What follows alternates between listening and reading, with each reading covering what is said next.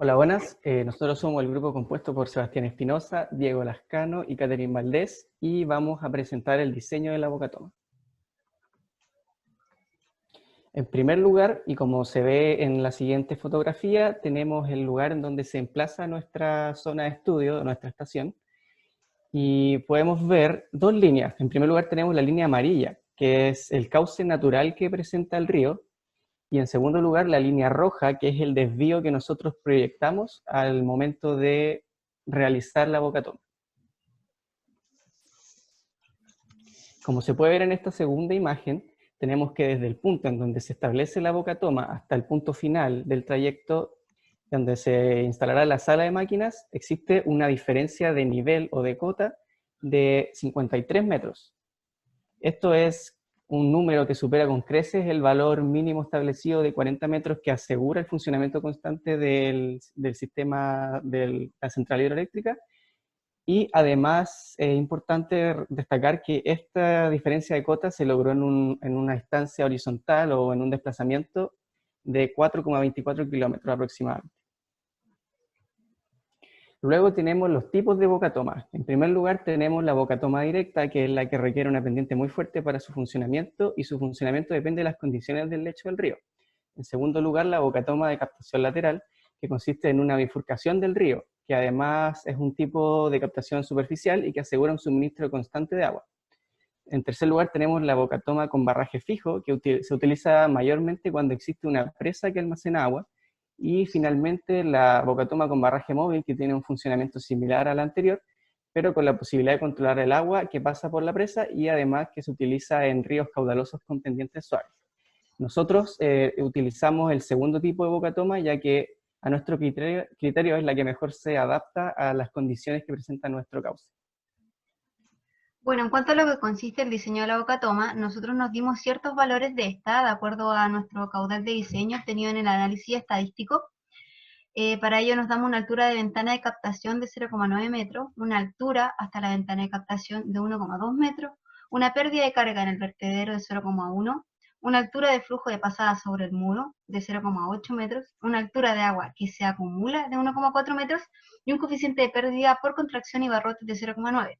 Cabe mencionar que todos estos valores que nosotros nos dimos, posteriormente vamos a poder corroborar si estas corresponden y son válidas para nuestro caudal de diseño de 5,94 metros cúbicos partido por segundo. A partir de esto vamos a poder partir con el cálculo del coeficiente del vertedero y con el coeficiente de sumersión. Para lo que es el coeficiente del vertedero tenemos dos fórmulas, el de Konovalov y de Buzyn. Ingresando los datos en ambas fórmulas de la altura de ventana de captación y de la altura hasta la ventana de captación, obtenemos un coeficiente vertedero de Konovalov de 1,987 y de Buzyn de 1,982, eligiendo siempre el valor inferior, puesto que es el más desfavorable.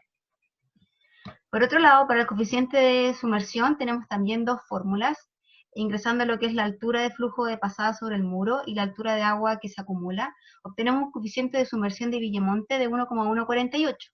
Por otro lado, ingresando lo que es la altura de flujo que pasa sobre el muro, altura de agua que se acumula, la pérdida y la altura de ventana de captación, obtenemos un coeficiente de sumersión de Buzyn de 1,010, siendo este el inferior, y puesto que con este vamos a trabajar.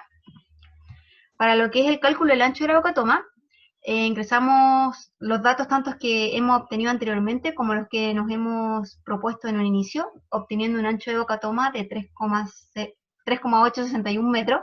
Y para el número de barrotes, tenemos una separación de barrotes de 0,15 metros y un ancho de la captación de 3,861 metros, obteniendo un número de barrotes aproximado de 25.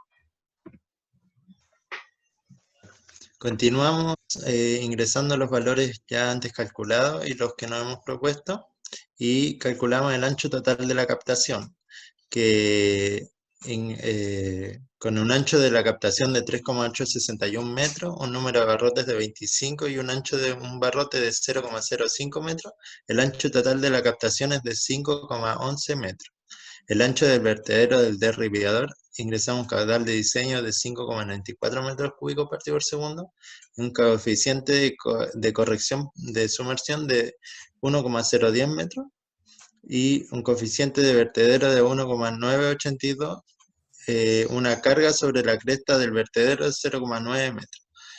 Obtenemos el ancho del vertedero del derribador, que es de 3,475 metros. Luego calculamos la longitud del derribador con un ancho total de la captación de 5,11 metros y un ancho del vertedero del derribador de 3,475 metros, nos da un valor de 3,69 metros. La longitud de transición ingresando el ancho del vertedero del derribador de 3,475 y el ancho del canal de conducción de 2 metros nos da de 3,33 metros. Después tenemos que calcular el caudal de la compuerta de lavado y tiene que ser mayor al caudal de diseño que hemos calculado anteriormente con el método estadístico, correspondiente a 5,94 metros cúbicos partido por segundo. Ingresamos los datos y nos da un caudal de 7,2 metros cúbicos partido por segundo, lo que cumple con lo requerido.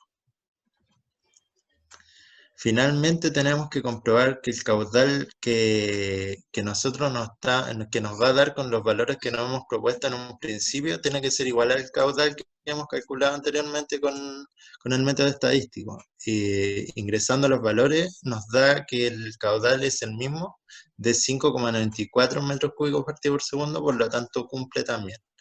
Esta ha sido nuestra presentación.